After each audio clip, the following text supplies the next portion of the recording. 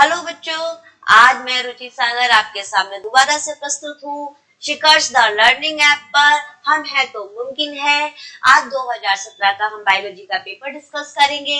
इसके अंतर्गत आप लोगों के पास जोन से क्वेश्चन या जिस टाइप के आपके पास क्वेश्चंस आए हैं वो हिंदी और इंग्लिश दोनों मीडियम में आपके पास अवेलेबल है।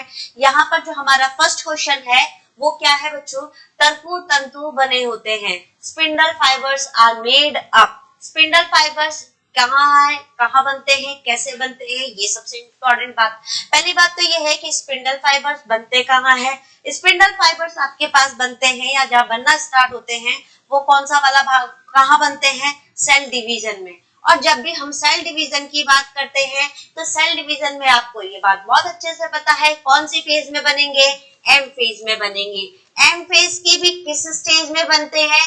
एम फेज की आपके पास ये स्पिंडल फाइबर्स जो बनना स्टार्ट होते हैं वो बनते हैं मेटाफेज फेज।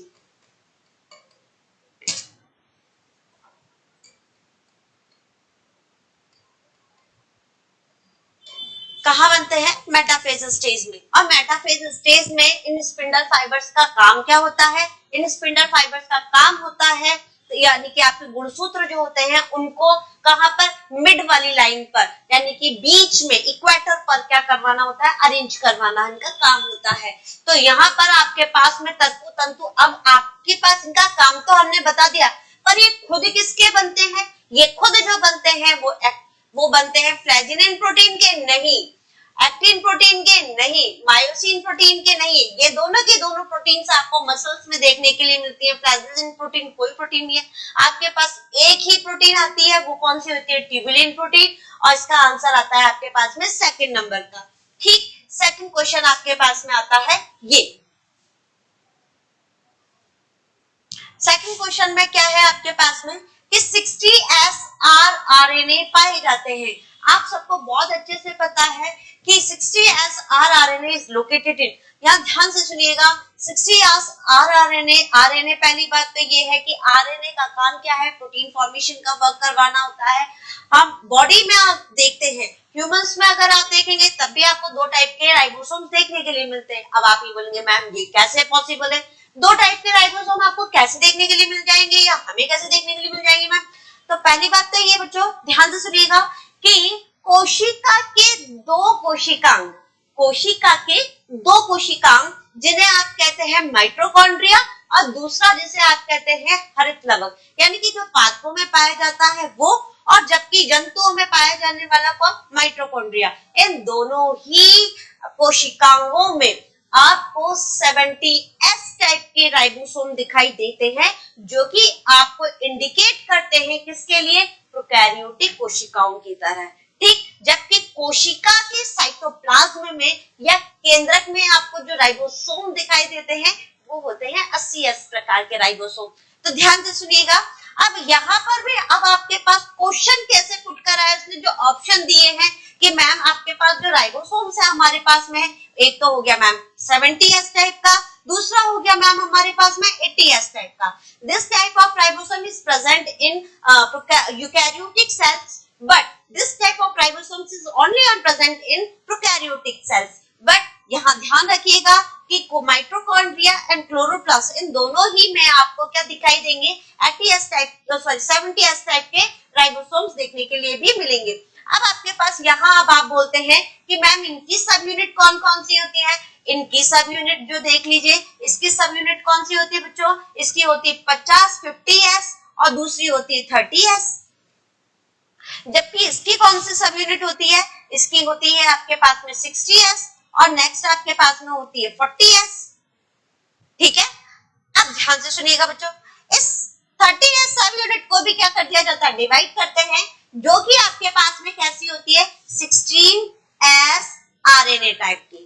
ठीक है, ये वाली टाइप की जो राइबोसोम की इकाई होती है। अब आपको यहाँ देखना है कि यहाँ कौन सा मैच करता है, तो ध्यान से देखिए, पहले ही नंबर का आपका जो ऑप्शन आपके पास में आता है राइबोसोम की 70S उप इकाई में, ये 70S सब यूनिट ऑफ राइबोसोम जो है यहाँ पर क्या रहेगा? प्रेजेंट रहेगा आपके पास में। ठीक, नेक्स्ट क्वेश्चन आपके पास देखिए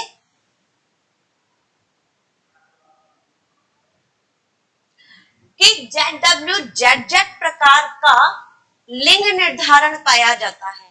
सेक्स डिटर्मिनेशन की क्वेश्चन आया, ठीक है। सेक्स डिटर्मिनेशन के लिए हम बात कर देते हैं कि ZW and ZZ type of sex determination in found in. यहाँ पर अब आपके पास देखिए जो ऑप्शन दिए हुए हैं, ये ऑप्शन कैसे कैसे देख लीजिए। मनुष्य में सेक्स डिटर्मिनेशन के लिए क्या क्या पाया जाता है कि XX XY, ठीक। मगरमच्छ टेम्परेचर के ऊपर डिपेंड करता है। कॉकरोच में अलग ही टाइप का है कि XX टाइप का भी जा सकता है, अलग टाइप का बनता है। पक्षियों का बसता है तो केवल और केवल ये ZWZZ टाइप का जो सेक्स डिटर्मिनेशन है वो किस में आता है आपके पास में, पक्षियों में, ओनली ऑन बर्ड्स में, ये यहां से कट बर्ड्स में, ठीक है। नेक्स्ट आपके पास क्वेश्चन आता है, डायरेक्ट क्वेश्चन है आप लोगों के पास में। ये आपके पास जो क्वेश्चन है कि डीएनए से रिलेटेड, आरएनए से रिलेटेड क्वेश्चन बता रहे हैं कि एमआरएनए के नॉन कोडिंग भाग कहलाते हैं। एमआरएनए के मैसेंजर आरएनए के जो नॉन कोडिंग भाग है इनको आप बहुत अच्छे से जानते हैं, इनको कहते हैं आप इंट्रॉन, ठीक है। नेक्स्ट क्वेश्चन आपके पास डायरेक्ट क्वेश्चन पूछा था ये आपसे, ठीक है। न्यूक्लियोसोम में कौन से हिस्टोन प्रोटीन्स पाए जाते हैं, ठीक है। Which type of histone proteins are the located in the nucleosomes, आपसे ये क्वेश्चन है, ध्यान से सुनिएगा। न्यूक्लियोसोम्स में हिस्टोन प्रोटीन तो पाए जा रहे हैं, but which type of histone protein, तो which type of histone protein यहाँ ध्यान रखिएगा कि ये वाले कि H2A, H2B, H3 और H4 type of histone proteins जो है वो न्यूक्लियोसोम्स में क्या रहेंगे, आपके पास में प्रेजेंट रहेंगे, ठीक। नेक्स्ट क्वेश्चन आपके पास आता है, एंजाइम क्रिया का प्रेरित आसंजन का सिद्धांत किसने दिया था। यहाँ एंजाइम्स वही कि एक तरीके से क्या करते हैं, किसी भी क्रिया को क्या करवाएंगे, प्रेरित करवाने का काम करेंगे, परंतु ध्यान से सुनिएगा ये नष्ट नहीं होंगे, एज इट इज आपको क्रिया के बाद क्या हो जाएंगे, मिल जाएंगे। बायोकैटालिस्ट की तरह काम करते हैं, ये उत्प्रेरक की तरह काम करते हैं, और जहां भी हम एंजाइम्स की बात करते हैं प्रोटीन के बहुलक होते हैं, ठीक है। और इसमें जो प्रेरित आसंजन का सिद्धांत जो प्रतिपादित किया है, यहाँ पर ये ध्यान रखिएगा, बकनर नहीं है, एमिल फिशर क्लॉक की थ्योरी दी है, ये नहीं है, मुलिन ने नहीं दिया, डैनियल ई कॉस्लिन, इन्होंने प्रेरित आसंजन का क्या करा है, सिद्धांत प्रस्तुत किया है, ठीक है। ये ए नंबर का, ठीक है। नेक्स्ट क्वेश्चन आपके पास है 7, पैक कार्बोक्सिलेज, बहुत अच्छा क्वेश्चन है प्लांट फिजियोलॉजी से। पैक कार्बोक्सिलेज CO2 स्थिरीकरण का मुख्य एंजाइम है, पैक कार्बोक्सिलेज। आप लोगों को ये बहुत अच्छे से पता होना चाहिए कि पैक कार्बोक्सिलेज कहाँ से, फॉस्फोइनोल पाइरुवेट, ठीक है, जिसे आप क्या कहते हैं, पैप, ठीक है। यहाँ पर अब आप ध्यान से देखिए कि CO2 स्थिरीकरण की बात की जा रही है, और CO2 स्थिरीकरण के लिए जहां हम बात करेंगे पैक कार्बोक्सिलेज के लिए, तो वो किस प्लांट्स में आता है कि C3, सॉरी बच्चों, सॉरी, है ना, ये आता है आपके पास में C4 एंड केम प्लांट्स में, ठीक है। सेकंड नंबर का आंसर आएगा C4 और केम पादपों में क्या होता है, जो फॉस्फोइनोल पाइरुवेट पैक कार्बोक्सिलेज जो होता है वो CO2 के स्थिरीकरण में क्या करवाएगा, आपके सहायता प्रदान करवाने का कार्य करेगा, ठीक। नेक्स्ट क्वेश्चन आपके पास में आता है 8th नंबर का, कि निम्न में से कौन सा ग्लाइकोलाइसिस का एलोस्टेरिक एंजाइम है। अब यहां ध्यान से सुनिएगा, which type of the following is the glycolysis, glycolysis नहीं, ग्लाइकोलाइसिस, ठीक है, ग्लाइकोलाइसिस प्रोसेस। अब आपको ये बात बहुत अच्छे से पता है कि ग्लाइकोलाइसिस प्रोसेस में बहुत सारे 10 टाइप के स्टेप्स आपको शो होते हैं, जिसमें ग्लूकोज से पायरुविक एसिड का क्या करना होता है, फॉर्मेशन करना होता है, 2 मॉलिक्यूल्स ऑफ पायरुविक एसिड का निर्माण होता है इसमें। और यहाँ पर जो 10 स्टेप होते हैं उसमें कौन सा, हेक्साकाइनेज एंजाइम जो होता है वो किस टाइप का एंजाइम है आपके पास में, एलोस्टेरिक टाइप का एंजाइम है, ठीक है। ये 3rd नंबर का जो ऑप्शन है आपके पास सही जाता है। नेक्स्ट क्वेश्चन आप देखिए, कौन सा हार्मोन, नेक्स्ट क्वेश्चन है आपके पास में कि कौन सा हार्मोन पादपों में प्राकृतिक प्रतिक्रिया ट्रिपल रिस्पॉन्स को प्रेरित करता है। अब ये अगेन आपके पास प्लांट हार्मोन से रिलेटेड क्वेश्चन आपके पास आया है। तो which hormone induce triple response in plants, तो विच टाइप ऑफ हार्मोन, यानी कि यहाँ पर डायरेक्ट क्वेश्चन का आंसर आपके पास में था C2H, ठीक है, इथाइलिन हार्मोन, जिसे आप कहते हैं कौन सा हार्मोन बच्चों, ethylene.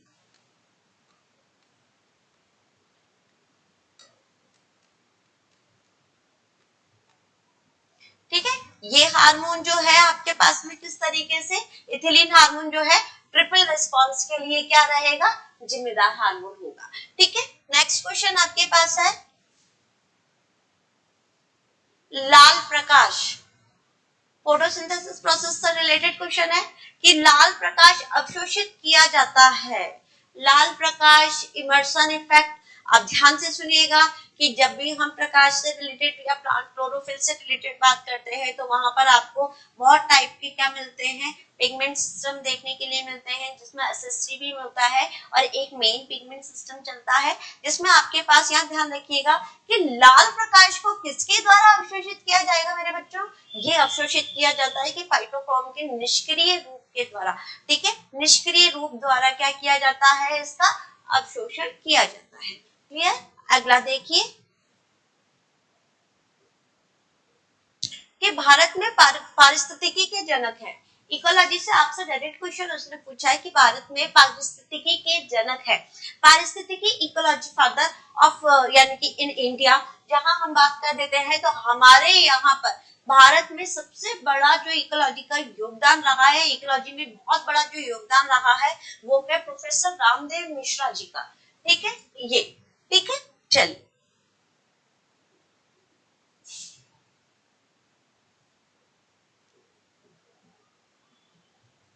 IUCN international union of conservation and natural resources का जो क्वेश्चन है कि IUCN का मुख्यालय होता है, यहाँ से बहुत बार कई बार क्वेश्चन आता है, कई बार तो आपसे यहाँ से फुल फॉर्म पूछ ली जाती है, कई बार इसके मुख्यालय से क्वेश्चन पूछ लिया जाता है, कई बार इसका काम क्या है वो पूछ लिया जाता है। ध्यान से सुनिएगा, इसका जो मुख्यालय है, इस बार मुख्यालय से क्वेश्चन है, तो इसका मुख्यालय कहाँ है, स्विट्जरलैंड में है। ठीक है, नेक्स्ट क्वेश्चन आप देखें कि भारत में वायु प्रदूषण, डायरेक्ट क्वेश्चन है आप लोगों के इस बार बहुत ज्यादा, कि भारत में वायु प्रदूषण का अधिनियम जो लागू हुआ है या कब लागू किया गया है, वो है 1981 में। ठीक है, 1981 में, सेकंड नंबर का ऑप्शन सही है।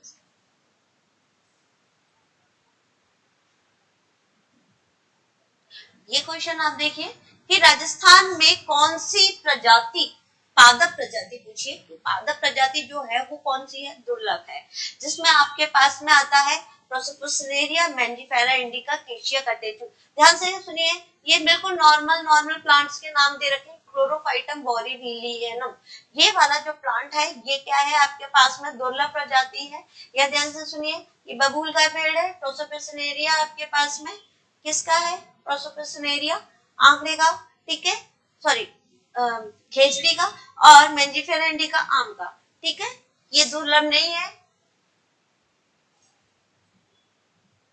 ऊर्जा प्रवाह का वायु प्रतिरूप, ठीक है, वायु प्रतिरूप किसने दिया है, वायु प्रतिरूप, ध्यान से सुनिएगा, ईपी ऑडम साहब जो है वो फादर ऑफ इकोलॉजी है। ठीक है, ठीक, और ये बियर्ड नहीं है, क्रिस्टोफर नहीं है, एचटी ओटम जो है, इन्होंने जो है ये वाई शेप्ड का जो प्रतिरूप है या मॉडल जो है वो प्रस्तुत करेंगे। ठीक, नेक्स्ट आपके पास जो देखिए क्वेश्चन आता है, लाइकेन संवेदन सूचक होते हैं। लाइकेन इट मींस क्या होता है, आपके पास में दो चीजों का मिक्सचर आपके पास शो हो रहा है, और लाइकेन से अगर जहां बात कर दी जाती है वो किसका सूचक होते हैं, एयर पोल्यूशन का सूचक होते हैं। ठीक है, नेक्स्ट क्वेश्चन आपके पास अरंडी, इकोनॉमिक बॉटनी से क्वेश्चन है आपके पास बच्चों, इकोनॉमिक बॉटनी का ये क्वेश्चन है कि अरंडी का वानस्पतिक नाम बताइए, तो इसका नाम है रिसिनस कॉम्युनिस। ठीक, थर्ड नंबर का। नेक्स्ट क्वेश्चन आपके पास देखिए,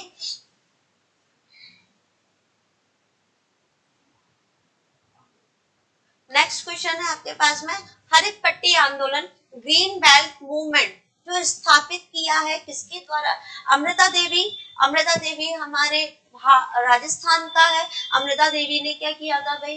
विश्नोई समाज का एक ग्रुप था जिन्होंने खेजड़ी के वृक्षों को काटने से क्या किया था? मना किया गया था। सुंदरलाल बहुगुणा, सुंदरलाल बहुगुणा साहब इसी के जुड़े हुए आगे जो प्रमोट किया था वो इन्हीं के द्वारा किया गया था। वंगारी अबथाई जो है ये ग्रीन बेल्ट मूवमेंट से क्या थे? रिलेटेड है। ठीक है, निम्न में से कौन सा पादप बर्सी रैसी कुल का है? बर्सी रैसी कुल का एट्रोपा बेलाडोना सोलेनेसी का है। प्लांटोगा ओवाटा ये नहीं है। टेकोलोमा एंडुलेटा ये भी नहीं है। ये अकेशिया का है। ध्यान से सुनिएगा। कॉमीफेरा वाइटियारी, ठीक है, ये 4th नंबर का जो है, ठीक, बर्सी रेसी कुल का है। ठीक है, ये फैमिली का सदस्य है इसका। नेक्स्ट आपके पास क्वेश्चन जो आता है, भारतीय गन्ना अनुसंधान केंद्र, भारतीय गन्ना अनुसंधान जो केंद्र है वो कहाँ पर है? वो सीधा आपके पास क्वेश्चन का आंसर लगता है कहाँ पर है भाई? ये लखनऊ में स्थित है। ठीक है, 3rd नंबर का आंसर इसके पास सही जाएगा। ठीक, नेक्स्ट क्वेश्चन जो आपके पास है वो कौन सा है देखते हैं। अमीबा में बीजाणुद्भवन निम्न के दौरान होता है। अमीबा, अमीबा जिसे आप क्या कहते हैं? एक कोशिकीय जीव के नाम से जानते हैं जो कि प्रोटोजोआ संघ से रिलेटेड करता है, जिसमें विभिन्न प्रकार की क्रियाओं को संपन्न करने के लिए केवल और केवल एक ही कोशिका हो, चाहे वो जनन के लिए हो, चाहे वो श्वसन के लिए हो, चाहे वो परिसंचरण के लिए हो, चाहे वो भोजन से संबंधित या आपके डाइजेस्टिव सिस्टम से रिलेटेड हो, केवल एक ही कोशिका के माध्यम से ये सारी की सारी क्रियाएं क्या करेगा? संपन्न करेगा। ध्यान से सुनिएगा। अमीबा क्या करता है बच्चों?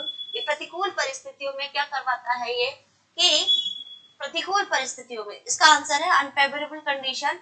यहाँ पर जो है बीजाणुद्भवन की जो क्रिया होती है, अमीबा क्या करेगा? अपने आप को क्या कर देगा? एक जगह स्टेबल कर देगा। अपने चारों तरफ एक कठोर आवरण का क्या करवाएगा? निर्माण करवाएगा। जिसका न्यूक्लियस है वो क्या हो जाएगा? डिवाइड हो जाएगा। साइटोप्लाज्म जो होगा वो पूरी तरीके से अलग अलग तरीके से क्या हो जाएगा? डिवाइड होकर ये अलग अलग टाइप से क्या करवा देगा? एक अमीबा के द्वारा बहुत सारे अमीबा का क्या करवा देगा? क्या करवाएगा? फॉर्मेशन करवा देगा। और ये कौन सी परिस्थिति में होगा? ये परिस्थितियां जब होती हैं जब पानी पूरी तरीके से क्या हो चुका होता है? सूख चुका होता है। और ये कौन सी परिस्थितियां हैं? प्रतिकूल परिस्थितियां हैं, अनफेवरेबल कंडीशंस है ये। ठीक है, यहाँ अब आपके पास नेक्स्ट क्वेश्चन देखिए। केचुए की, ध्यान से सुनिएगा, केचुआ अर्थवर्म जो आपके पास में क्वेश्चन दिया हुआ है, ये आपके पास सेपरेटली जो स्ट्रक्चर्स दी हुई है वेरियस टाइप ऑफ एनिमल्स या जो पार्ट्स हैं जूलॉजी के, उसमें इसमें कॉकरोच, केचुआ, अमीबा ये सभी दिए हुए हैं। उसमें से आपके पास क्वेश्चन आपके पास दिया है इन्होंने कि केचुए की फ्लोरोगैगन कोशिकाएं कशेरुकाओं के किस अंग के या कशेरुकियों के किस अंग के, यानी कि वो क्वेश्चन आपसे पूछ रहा है कि कशेरुकी इट मींस मैमल्स के किस अंग के समान आपको देखने के लिए मिलती हैं। और ये कौन सी कोशिकाओं की बात कर रहा है? फ्लोरोगैगन टाइप की कोशिकाएं। ये फ्लोरोगैगन टाइप की जो कोशिकाएं होती हैं बच्चों, वो हमारे मनुष्य के किस तरीके से? यकृत के, लिवर के समान क्या करवाती हैं? कार्य करवाती हैं। इसीलिए ये क्या करवाएगा आपके पास में कि यकृत के समान क्या होगा? अंग आपको इसमें देखने के लिए मिलेगा, जो कि कौन सी कोशिकाएं हैं? फ्लोरोगैगन टाइप की कोशिकाएं हैं। नेक्स्ट आपके पास जो क्वेश्चन है 23 नंबर का क्वेश्चन है, और वो 23 क्वेश्चन नंबर क्या है? ध्यान से सुनिएगा। 23 नंबर का जो क्वेश्चन है वो क्या है कि मोलास्का का श्वसन वर्णक है। ध्यान से सुनिएगा। अगेन आपके पास एनिमल क्लासिफिकेशन से रिलेटेड एक क्वेश्चन आया है, और एनिमल क्लासिफिकेशन से रिलेटेड जब क्वेश्चन आ रहा है आपके पास में, तो वो क्या बोल रहा है कि मोलास्का का श्वसन वर्णक है। मोलास्का इट मींस आप लोगों को कहाँ पढ़ना पड़ेगा कि जंतु जगत का सेकंड सबसे लार्जेस्ट फाइलम के लिए हम बात करते हैं, तो सेकंड लार्जेस्ट फाइलम जो है वो कौन सा है? मोलास्का है। और मोलास्का का श्वसन वर्ण जो है वो कौन होता है? हीमोसाइनिन होता है। ध्यान से सुनिएगा बच्चों, हेमोसाइनिन, ठीक है, यहाँ पर जो कि आपको स्याही की तरह रंग आपको देखने के लिए ब्लूइश कलर का जो रंग होता है वो देखने के लिए इसमें क्या होता है, मिलेगा। ठीक, नेक्स्ट आपके पास क्वेश्चन आपके पास आता है, देखिए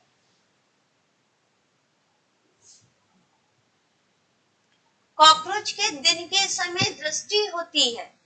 कॉकरोच के दिन के समय दृष्टि होती है, इट मीन्स जब कॉकरोच दिन में जब देखता है तो विच टाइप ऑफ जो इमेजेस होती हैं वो उसको किस तरीके से देख पाता है। इन cockroach the vision during the day is, है ना, किस टाइप से आपके पास में देखिएगा एक नेत्री। एक नेत्री क्या होते हैं भाई, आपके पास ये क्वेश्चन आता है कि एक नेत्री कैसे होते हैं। ध्यान से सुनिएगा, जब दोनों आंखें जब दोनों आंखें मिलकर एक ही एक ही इमेज का क्या करवाएंगी, फॉर्मेशन करवाएंगी।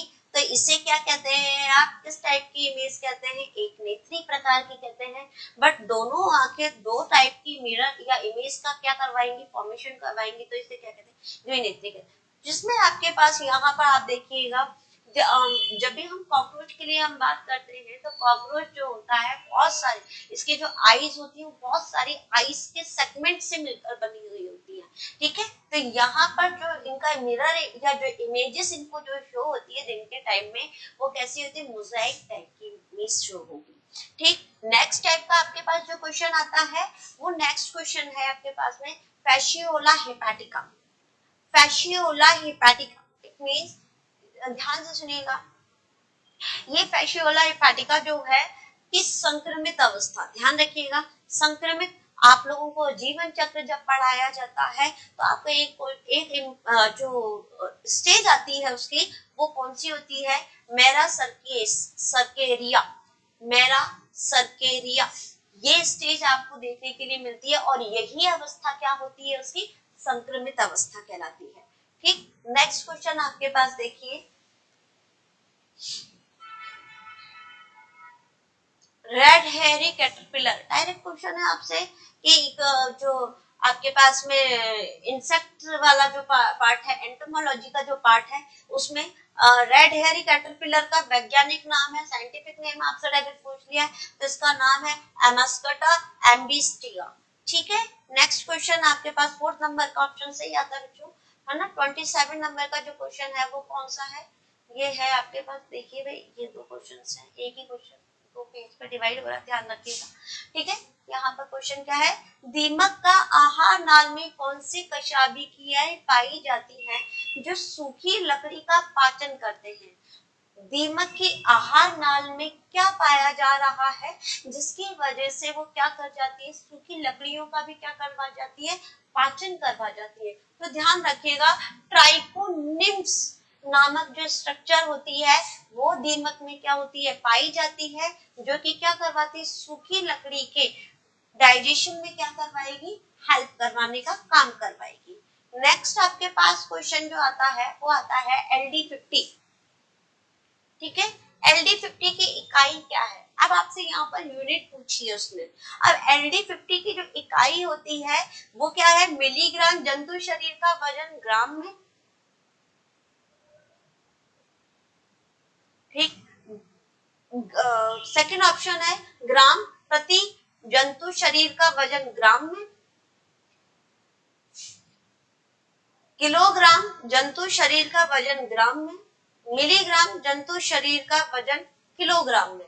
नहीं, ध्यान से सुनिए, इसका नंबर फर्स्ट जो ऑप्शन है आपके पास में ये बिल्कुल सही जाएगा कि ये मिलीग्राम में यूज होता है और मिलीग्राम में यूज होने के बाद जंतु शरीर का जो वजन होता है वो किसमें यूज किया जाता है, ग्राम में यूज किया जाता है। ठीक, नेक्स्ट आपके पास जो क्वेश्चन है वो है 29 नंबर का क्वेश्चन कि निम्न में से कौन सा संश्लेषित यौगिक है। अब आपके पास में राइनिया तो है ही नहीं, सबाडिया भी नहीं है, पायरिथ्रम भी नहीं है, इसका डायरेक्ट आंसर आपके पास में है पायरिथ्रोइड। पायरिथ्रोइड जो है आप लोग क्या करते हैं, सिंथेसाइज करते हैं, आर्टिफिशियल मोड पे कंपोस्ट किया जाता है इसको। ठीक है, चलिए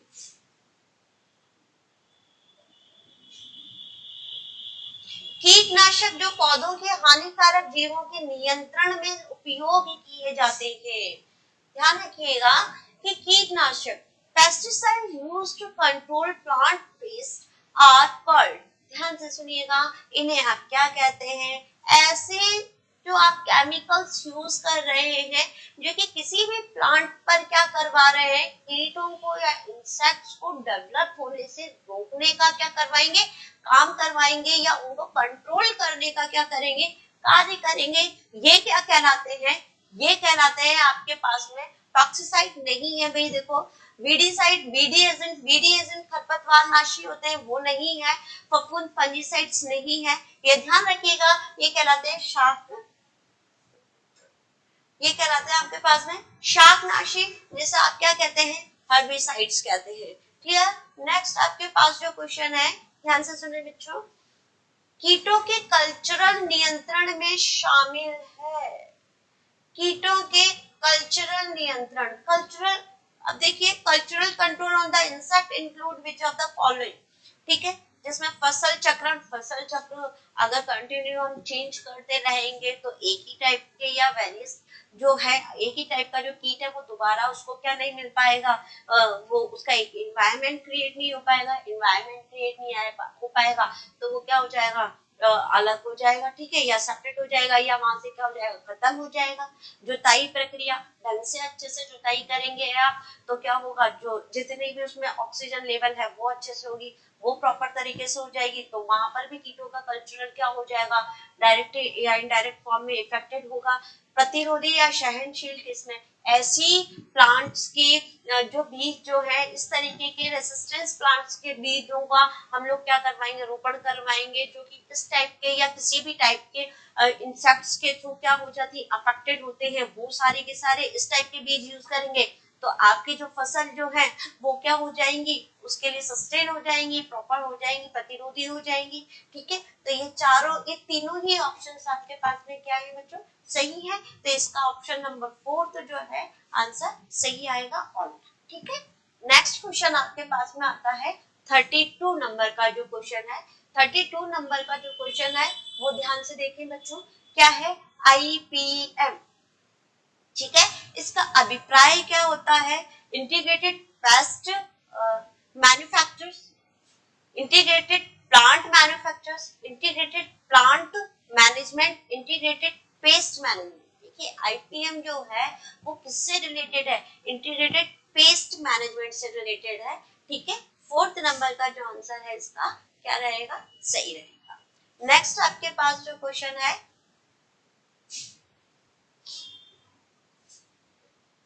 उपरोक्त में से कौन सा संग्रहित अनाज का हानिकारक कीट है? ध्यान से सुनिएगा, हानिकारक कीट किसके लिए बोल रहे हैं, जब आप गेहूं को क्या करवाना है आपको, या किसी भी अनाज को क्या करवाएंगे, जब आप स्टोर करवा के रखेंगे तो आपके पास सीधा जाता है खपरा बीटल, ठीक है, ये खपरा बीटल, ठीक है।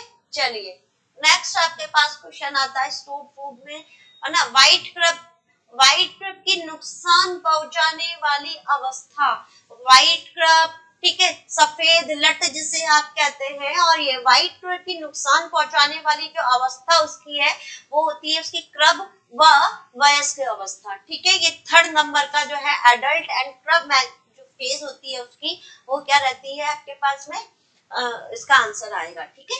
35 नंबर का जो क्वेश्चन है, पोड बोरर, अब पोड बोरर कीट सामान्यतः उपरोक्त पर पाया जाता है, किस पर पाया जाता है, ये बहुत इंपॉर्टेंट और बहुत अच्छा एंटोमोनोलॉजी का क्वेश्चन है, दालों से रिलेटेड है बच्चों ये, ठीक है। पॉड बोरर लिंटिन से रिलेटेड है, दालों को लिंटिल कहते हैं, ठीक है, क्लियर। नेक्स्ट आपके पास अंडाशय से अंडा उपरोक्त में से किस अवस्था में मुक्त किया जाता है, अंडाशय, या आपके पास में एनिमल रिप्रोडक्शन का क्वेश्चन आ जाता है, और एनिमल रिप्रोडक्शन में आप देखिए अंडाशय एग से, egg is liberated from the ovary, किस फॉर्म में आपके पास में सेकेंडरी oocyte स्टेज में आपको क्या किया जाएगा, ये रिव्यू या आपके पास में क्या कर दिया जाता है, मुक्त करवाने का वर्क करवाता है, ठीक है। नेक्स्ट आपके पास में क्वेश्चन है 37 का, कि मनुष्यों में निषेचन की प्रक्रिया कहाँ संपन्न होती है, मनुष्यों की जहां बात कर रहे हैं, ह्यूमंस के लिए हम बात कर रहे हैं। 37 नंबर के क्वेश्चन में ध्यान से देखिएगा कि यूट्रस में नहीं, वेजाइना में नहीं, डिंबवाहिनी, जिसे आप क्या कह रहे हैं, फेलोपियन ट्यूब और मूत्र मार्ग यूरेथ्रा। ध्यान से सुनिएगा, मनुष्यों में निषेचन की प्रक्रिया, यहाँ ध्यान रख लीजिए, ये फिम्बरी, फिर क्या है भाई, ये डिंबवाहिनी, जिसे आप क्या कह रहे हैं, फेलोपियन ट्यूब कह रहे हैं, और ये फेलोपियन ट्यूब आगे की तरफ नेक्स्ट फेलोपियन ट्यूब है ये, ठीक है, ये फिम्बरी स्ट्रक्चर है, ठीक। और ये क्या है, आपके पास में यूट्रस है। ध्यान से देखिएगा, यहाँ पर आप जहां भी हम बात करते हैं निषेचन की प्रक्रिया, फर्टिलाइजेशन प्रोसेस के लिए जहां हम बात कर रहे हैं, तो फर्टिलाइजेशन प्रोसेस के लिए जहां हम बात कर रहे हैं बच्चों, ध्यान से देखो, तो ये कहां पर संपन्न होती है, ये इस वाली, हम बोलते हैं कि यहाँ पर क्या होता है, क्यूबॉइडल प्रकार के क्या होते हैं, सीलिएटेड टिश्यूज होते हैं, जो इस नॉन मोटाइल एक्ट को क्या करवाने का, मोटाइल करवाने का वर्क करवाया जाता है। क्या होते हैं, स्पर्म्स यहाँ पर से आते हैं आगे की तरफ से, और यहाँ पर क्या होते हैं, फ्यूज्ड होते हैं, ठीक है। और ये क्रिया किसमें, निषेचन की क्रिया कहाँ संपन्न हो रही है, फेलोपियन ट्यूब में संपन्न हो रही है, ठीक। नेक्स्ट क्वेश्चन आप देखिए बच्चों, विटामिन जो कि रुधिर के थक्का जमाने में आवश्यक होता है, विटामिन के लिए हम बात कर रहे हैं, और विटामिन जो होते हैं इनसे होने वाले जो रोग होंगे वो अभाव रोग कहलाएंगे। और यहाँ पर आपके ब्लड क्लोटिंग से बात कर रहे हैं, विटामिन ध्यान से देख लीजिएगा बच्चों, विटामिन ए जो कि रतौंधी रोग का कारक होता है, विटामिन सी जो कि क्या करवाता, देख लीजिए, रतौंधी, ठीक है, नाइट ब्लाइंडनेस कहते हैं बच्चों जिसे, ठीक, विटामिन सी जिसे स्कर्वी रोग कहते हैं इसके द्वारा होने वाला, ठीक है, ये विटामिन ई जो होता है बच्चों जनन क्षमता में कमी को लाता है, ठीक है। और इनके कार्य की बात कर रहे हैं, पर विटामिन के जो है रक्त के थक्का जमाने में थ्रोम्बिन प्रोटीन को क्या करवाता है, ये एक्टिवेट करवाने का वर्क करवाएगा, ठीक है। इसीलिए आप क्या बात करेंगे, इसको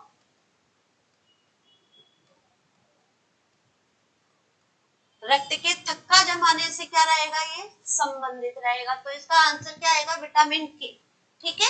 चलिए नेक्स्ट आपके पास में जो क्वेश्चन है बच्चों, वो देखिए कि वियोजन वक्र, ठीक है, dissociation curve is connected with, dissociation curve किससे रिलेटेड है, ये रिलेटेड होता है ऑक्सी हीमोग्लोबिन से। डिसोसिएशन कर्व क्या होता है बच्चों, ध्यान से सुनिएगा, जो हीमोग्लोबिन जो होता है वो ऑक्सीजन को क्या करता है, कैरी करता है, और जब ऑक्सीजन को जब कैरी करता है तो ऑक्सीजन जब उससे सेपरेट होता है तो एक कर्व का क्या होता है, फॉर्मेशन होता है, जहां पर आपके पास प्रेशर का भी क्या होता है, जनरेशन होता है, क्योंकि CO2 ऐड होती है हीमोग्लोबिन के साथ, और क्या होता है, ऑक्सीजन क्या होती है, सेपरेट होती है, जिसे आप किसके थ्रू, वियोजन कर्व के थ्रू क्या करते हो, शो करते हो, जिसे आप क्या कहते हैं, इंग्लिश में डिसोसिएशन कर्व कहते हैं। और ये डिसोसिएशन कर्व जो होता है वो किससे रिलेटेड होता है, ऑक्सी हीमोग्लोबिन से, ठीक। नेक्स्ट आपके पास जो क्वेश्चन आता है वो होता है 40 नंबर का क्वेश्चन, और 40 नंबर का क्वेश्चन भी अगेन आपके पास विटामिन से दिख रहा है,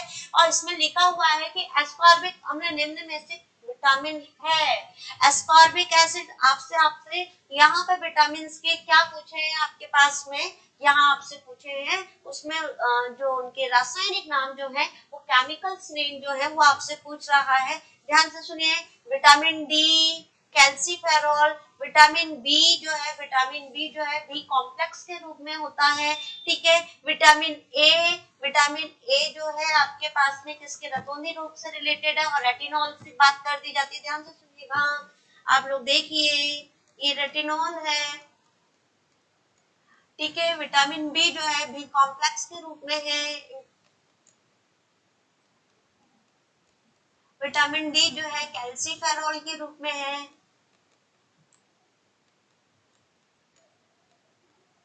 और विटामिन सी जो है वो कैसे है, एस्कॉर्बिक एसिड के रूप में आपको देखने के लिए मिलेगा, एस्कॉर्बिक अम्ल के रूप में आपको देखने के लिए मिलेगा। आपसे क्वेश्चन क्या पूछा है, एस्कॉर्बिक अम्ल जो है निम्न में से कौन सा विटामिन है, इसमें आपके पास दिख रहा है कि विटामिन सी जो है वो किससे रिलेटेड है, एस्कॉर्बिक अम्ल से रिलेटेड है, ठीक है बच्चों।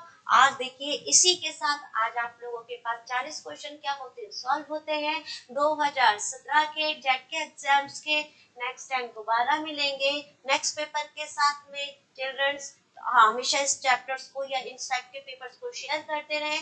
जिन बच्चों को जहाँ प्रॉब्लम्स होती है वो कमेंट्स में अपने कमेंट्स भेजें, हम उनको कमेंट्स को देखेंगे और उनके आंसर्स हम रिप्लाई जरूर करेंगे। थैंक यू जुड़े रहने के लिए शिखर्स लर्निंग ऐप पर। हम है तो मुमकिन के साथ इसी टाइप से क्वेश्चनों को सॉल्व करते रहिए, शेयर करते रहिए और हमारे चैनल से जुड़े रहिए। Thank you.